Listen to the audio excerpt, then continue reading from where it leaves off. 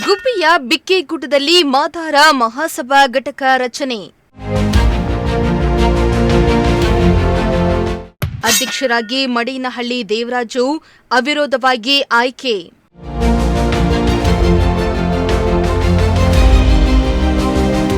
ಮಾದಿಗ ಸಮುದಾಯದ ಸಂಘಟನೆಯನ್ನ ಬೆಳೆಸುವ ಉದ್ದೇಶದಲ್ಲಿ ಮಾದಾರ ಮಹಾಸಭಾ ತಾಲೂಕು ಘಟಕ ನಡೆಸಿದ ಹೋಬಳಿ ಘಟಕದ ಸಮಿತಿ ರಚನೆಯಲ್ಲಿ ಕಸಬಾ ಹೋಬಳಿ ಅಧ್ಯಕ್ಷರಾಗಿ ಮಡೇನಹಳ್ಳಿ ದೇವರಾಜು ಮತ್ತು ಉಪಾಧ್ಯಕ್ಷರಾಗಿ ಬಿಕ್ಕೆಗುಡ್ಡ ವಿದ್ಯಾಸಾಗರ್ ಅವಿರೋಧವಾಗಿ ಆಯ್ಕೆಯಾದರು. ತಾಲೂಕಿನ ಕಸಬಾ ಹೋಬಳಿ ಬಿಕ್ಕೆಗುಡ್ಡ ಗ್ರಾಮದ ಬಸವೇಶ್ವರ ಸ್ವಾಮಿ ದೇಗುಲದ ಆವರಣದಲ್ಲಿ ಮಾದಾರ ಮಹಾಸಭಾ ತಾಲೂಕು ಅಧ್ಯಕ್ಷ ಕೋಡಿಯಾಲ ಮಹದೇವು ನೇತೃತ್ವದಲ್ಲಿ ನಡೆದ ಕಸಬಾ ಹೋಬಳಿ ಘಟಕದ ಶಾಖೆಯನ್ನ ರಚಿಸಲು ಚರ್ಚೆಯನ್ನ ನಡೆಸಿದ್ರು. ಅಂತಿಮವಾಗಿ ಎಲ್ಲಾ ಪದಾಧಿಕಾರಿಗಳ ಆಯ್ಕೆಯನ್ನ ಅವಿರೋಧವಾಗಿ ನಡೆಸಲಾಯಿತು.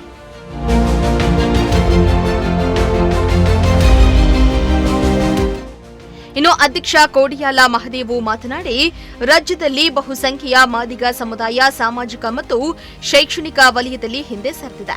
ಈ ಹಿನ್ನೆಲೆ ಗ್ರಾಮೀಣ ಭಾಗದಲ್ಲಿ ಮೇಲುಗೈ ಸಾಧಿಸಲು ಪ್ರಜ್ಞಾವಂತ ಯುವಕರ ಸಂಘಟನೆ ನಡೆಸಿವೆ. ಈ ಕಾರ್ಯಕ್ಕೆ ಕಸಬಾ ಹೋಬಳಿ ಶಾಖೆಯಲ್ಲಿ ಯುವ ಪದಾಧಿಕಾರಿಗಳನ್ನ ಆಯ್ಕೆ ಮಾಡಿದ್ದೇವೆ. ಎಲ್ಲರೂ ಒಗ್ಗೂಡಿ ನಮ್ಮ ಸಮಾಜವನ್ನ ಮೇಲೆತ್ತುವ ಕೆಲಸ ಮಾಡಿ ಎಂದು ಕರೆ ನೀಡಿದ್ರು. ಒಂದು ಮಾದರಿ ಮಹಾ ಸಂಘಟನೆಯಾಗಿ ರೂಪುಗೊಳ್ಳಬೇಕು ಅಂತ ಹೇಳ್ಬಿಟ್ಟು ಇವತ್ತಿನ ಪದಾಧಿಕಾರಿಗಳಾಗಿ ಆಗಿರ್ತಕ್ಕಂಥ ಎಲ್ಲ ನನ್ನ ಸಹೋದರರಿಗೆ ಕೇಳ್ಕೊಳ್ತಾ, ಇವತ್ತೇನು ನನ್ನ ಸಮುದಾಯ ಎಲ್ಲ ರಂಗದಲ್ಲಿ ಹಿಂದುಳಿದಿತ್ತು, ಆ ಎಲ್ಲ ರಂಗದಲ್ಲೂ ಮುಂದೆ ಬರಬೇಕು. ರಾಜಕೀಯವಾಗಿ, ಆರ್ಥಿಕವಾಗಿ, ಶೈಕ್ಷಣಿಕವಾಗಿ, ಸಾಮಾಜಿಕವಾಗಿ ನನ್ನ ಸಮುದಾಯ ಮುಂದೆ ಬರಬೇಕು. ಅದಕ್ಕೆ ನಾವು ಹಗಲು ರಾತ್ರಿ ನನ್ನ ಸಮುದಾಯದ ಪರವಾಗಿ ಎಲ್ಲ ಕಾಲೋನಿಗಳಿಗೆ ಹೋಗಿ ನನ್ನ ಕಾಲೋನಿಗಳು ಯಾವ ರೀತಿ ಮುಂದೆ ಬರಬೇಕು, ಯಾವ ರೀತಿ ವಿದ್ಯಾಭ್ಯಾಸಕ್ಕೆ ಒತ್ತು ಕೊಡಬೇಕು. ಮೊದಲು ನಾವು ಶಿಕ್ಷಣದಲ್ಲಿ ಮುಂದೆ ಬಂದರೆ ಎಲ್ಲ ರಂಗದಲ್ಲೂ ನಾವು ಮುಂದೆ ಬರ್ತೀವಿ. ಹಾಗಾಗಿ ಕಾಲೋನಿಗಳಿಗೆ ಹೋಗಿ ಮೊದಲು ಸಾಮರಸ್ಯವನ್ನು ಮೂಡಿಸ್ಬೇಕು. ಅಲ್ಲಿ ಆಗಿರ್ತಕ್ಕಂಥ ಭಿನ್ನಾಭಿಪ್ರಾಯಗಳನ್ನ ಹೊಡೆದಾಕಿ ಎಲ್ಲರೂ ಒಂದೇ. ನಮ್ಮ ಮಾದಿಗ ಸಮುದಾಯ ಯಾರೂ ಕೂಡ ನಾಯಕರುಗಳಿಲ್ಲ. ಒಬ್ಬ ನಾಯಕನ ಹಿಂದೆ ನಾವೆಲ್ಲ ಹೋಗಬೇಕು, ನನ್ನ ಸಮುದಾಯವನ್ನು ಬೆಳೆಸಬೇಕು ಅನ್ನೋ ಒಂದು ತತ್ವ ಸಿದ್ಧಾಂತದಲ್ಲಿ ಇವತ್ತು ಸಂಘಟಕರು ಹೊಡೆದೋದ್ರೆ ಸಂಘಟನೆ ಹೊಡೆದೋಗುತ್ತೆ.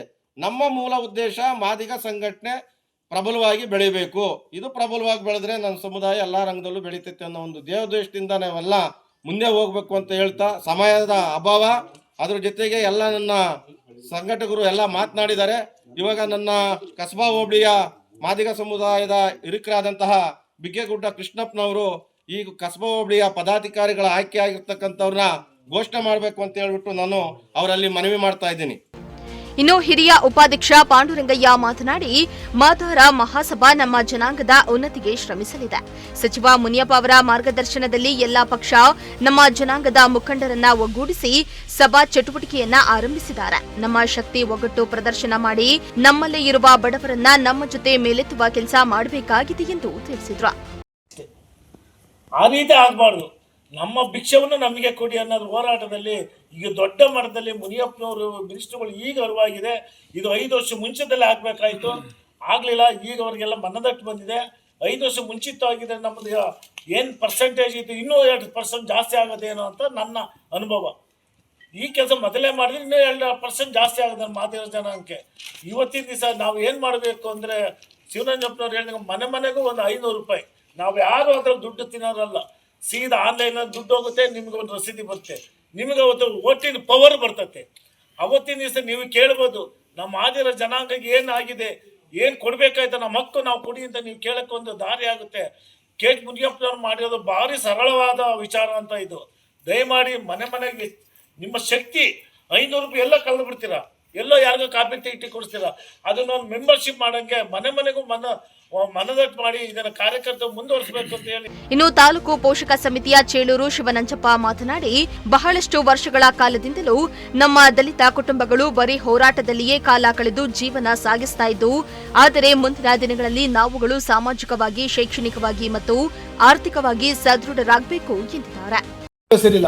ನಾವು ಭಾರಿ ದೊಡ್ಡ ಉದ್ದೇಶ ಇಟ್ಕೊಂಡು ಸಭೆ ಸೇರಿರ್ತಕ್ಕಂಥದ್ದು. ನಾವು ಪ್ರತಿದಿನನೂ ಕೂಡ ನಾ ಕಂಡಾಗಿ ನಾನು 50 ವರ್ಷ ಈಗ ಆಲ್ರೆಡಿ ನಾನು 40-35 ವರ್ಷ ನಾನು ನೋಡ್ಕೊಂಡು ಬಂದಿದ್ದೀವಿ. ಬರೀ ಹೋರಾಟ ಅಂತ ಹೇಳ್ಬಿಟ್ಟು ಇಡೀ ನಮ್ಮ ಕುಟುಂಬ ಎಲ್ಲ ಸರ್ವನಾಶ ಆಗಿದೆ. ನಾವು ಆರ್ಥಿಕವಾಗಿ ಸಬಲ ಆಗ್ತಾ ಇಲ್ಲ, ಸಾಮಾಜಿಕವಾಗಿ ಸಬಲ ಆಗ್ತಾ ಇಲ್ಲ, ರಾಜಕೀಯವಾಗಿ ಸಬಲ ಆಗ್ತಾ ಇಲ್ಲ. ಮತ್ತು ನಮ್ಮಲ್ಲಿ ಬರ್ತಕ್ಕಂಥ ಭೂಮಿನೂ ಕೂಡ ನಾವು ತೆಗೆದುಕೊಳ್ಳೋಕೆ ಸಾಧ್ಯ ಆಗ್ತಾಯಿಲ್ಲ. ಯಾಕೆಂದ್ರೆ ನಮ್ಮ ದೌರ್ಜನ್ಯವೆಲ್ಲ ನಡೀತಾ ಇತ್ತು. ಆ ಕಾರಣಕ್ಕೋಸ್ಕರ ಮನಗಂಡು ಹಿರಿಯರಾಗಿರ್ತಕ್ಕಂಥ ಎಲ್ಲರೂ ಮುನಿಯಪ್ಪನವರು ಸುಮಾರು 8 ಬಾರಿ 9 ಬಾರಿ ಈ ಒಂದು ರಾಜ್ಯದೊಳಗೆ ಮಂತ್ರಿಯಾಗಿ ಕೇಂದ್ರದ ಮಂತ್ರಿಯಾಗಿ ಕೆಲಸ ಮಾಡಿದ್ದಾರೆ. ಆದರೂ ಕೂಡ ಅವಾಗ ಗಮನಕ್ಕೆ ಬಂದಿಲ್ಲ. ಏನೋ ದೇವ್ರ ದಯದಿಂದ ಈ ಒಂದು ಅಂಬೇಡ್ಕರ್ ಆಶೀರ್ವಾದದಿಂದ, ಬುದ್ಧ ಆಶೀರ್ವಾದದಿಂದ, ನಮಗೆ ಒಂದು ಕೃಷ್ಣಪ್ಪನ ಆಶೀರ್ವಾದದಿಂದ ಈ ಒಂದು ಪ್ರಜ್ಞೆ ಬಂದಿದೆ. ಈಗಲಾದರೂ ಕೂಡ ನಮ್ಮ ಮಕ್ಕಳಿಗೆ ಮುಂದಿನ ದಿನಗಳಲ್ಲಿ ಮಕ್ಕಳುಗಳಿಗೋಸ್ಕರ ನಾವೆಲ್ಲ ತ್ಯಾಗ ಮಾಡಬೇಕಾಗ್ತದೆ. ಹಲವಾರು ತ್ಯಾಗ ಮಾಡಿದ್ದೀವಿ, ನಮ್ಮ ಕುಟುಂಬ ಕಳ್ಕೊಂಡಿದ್ದೀವಿ, ನಾವು ಎಷ್ಟೋ ಜನ ಹೋರಾಟಗಾರರನ್ನ ಕಳ್ಕೊಂಡಿದ್ದೀವಿ, ಎಷ್ಟೋ ಜನ ಇವತ್ತು ಕೂಡ ಹೋರಾಟಗಾರರು ಮನೆ ಒಳಗಡೆಗೆ ಮನೇಲಿ ತಕ್ಕಂಥ ವಾತಾವರಣ ಸೃಷ್ಟಿಯಾಗಿದೆ. ಆ ಕಾರಣಕ್ಕೋಸ್ಕರ ಬಂಧುಗಳೇ, ನಾವು ಯಾವುದೇ ಕಾರಣಕ್ಕೂ ಹೋರಾಟ ಮಾಡಲಿಕ್ಕೆ, ನಾವೊಂದು ತಾಲೂಕಲ್ಲಿ ಧರಣಿ ಮಾಡಲಿಕ್ಕೆ ಈ ಸಂಘ ಮಾಡ್ತಾ ಇಲ್ಲ. ದಯಮಾಡಿ ಅರ್ಥ ಮಾಡ್ಕೊಳ್ಳಿ. ನಾವೆಲ್ಲ ಶೈಕ್ಷಣಿಕವಾಗಿ, ಸಾಮಾಜಿಕವಾಗಿ, ಆರ್ಥಿಕವಾಗಿ ಪ್ರಬಲ ಆಗ್ತಕ್ಕಂಥ ಉದ್ದೇಶ ಇಟ್ಕೊಂಡು ಈ ಒಂದು ಹೋರಾಟ ಶುರು ಮಾಡಿದ್ವಿ, ಈ ಒಂದು ಮಾಡ್ತಾ ಇದ್ದೀವಿ. ದಯಮಾಡಿ ಎಲ್ಲರೂ ಕೂಡ ಅರ್ಥ ಮಾಡ್ಕೊಬೇಕಾಗುತ್ತೆ. ಇನ್ನು ಮುಂದೆ ಇವತ್ತು ಕಸಬಾದಲ್ಲಿ ನಾವು ಸ್ಟಾರ್ಟ್ ಮಾಡಿದ್ದೀವಿ. ಈ ಕಸಬಾದಲ್ಲಿ ಎಲ್ಲ ಇರ್ತಕ್ಕಂಥ ಮಾದಿರಟ್ಟಿಗೆ ನಮ್ಗೆ ಆಗಲಿ ಯಾವುದೇ ಕಾರಣಕ್ಕೂ ಕೂಡ ಏನೇ ವಿಶ್ವಾಸ ನಮಗೆ ಕೆಟ್ಟೋಗಿಲ್ಲ ಜೊತೆಗೆ ಬೇರೆ ಸಂಪರ್ಕ ತೆಗೆದುಕೊಂಡು ಆ ಮಾದಿಗ ಸಮುದಾಯನ ಒಂದು ಮನೆಯಲ್ಲಿ ಕನಿಷ್ಠ 3 ಜನ ನಾವು ಸಂಘಟನೆ ಮಾಡಬೇಕಾಗ್ತದೆ, ಸದಸ್ಯತ್ವ ನೋಂದಣಿ ಮಾಡಬೇಕಾಗ್ತದೆ. ಇನ್ನು ಕಸಬಾ ಹೋಬಳಿಯ ಅಧ್ಯಕ್ಷರಾಗಿ ಮಡೇನಹಳ್ಳಿ ದೇವರಾಜ, ಉಪಾಧ್ಯಕ್ಷರಾಗಿ ವಿದ್ಯಾಸಾಗರ್, ಕಾರ್ಯದರ್ಶಿಯಾಗಿ ಕಾಳೇನಹಳ್ಳಿ ಮಾದೇಶ, ಸಂಘಟನಾ ಕಾರ್ಯದರ್ಶಿಯಾಗಿ ಚಿಕ್ಕೋನಹಳ್ಳಿ ನರಸಿಂಹಮೂರ್ತಿ, ಖಜಾಂಚಿಯಾಗಿ ಎಸ್ ಕೊಡಿಗೆಹಳ್ಳಿ ಚಂದ್ರಣ್ಣ, ಕಾರ್ಯಕಾರಿ ಸಮಿತಿಯಲ್ಲಿ ತಮ್ಮಯ್ಯ, ಕೃಷ್ಣಮೂರ್ತಿ, ಶಿವಶಂಕರ್ ಹಾಗೂ ಪೋಷಕರ ಸಮಿತಿಗೆ ದೊಡ್ಡಯ್ಯ, ಕೃಷ್ಣಮೂರ್ತಿ, ನಂಜುಂಡಯ್ಯ, ಬಸವರಾಜ್, ಪ್ರದೀಪ್, ಹೊಸಹಳ್ಳಿ ಕೃಷ್ಣಮೂರ್ತಿ, ರಮೇಶ್, ಕೃಷ್ಣಮೂರ್ತಿ, ಶಿವನಾಗ ಅವರನ್ನ ನೇಮಕ ಮಾಡಲಾಯಿತು.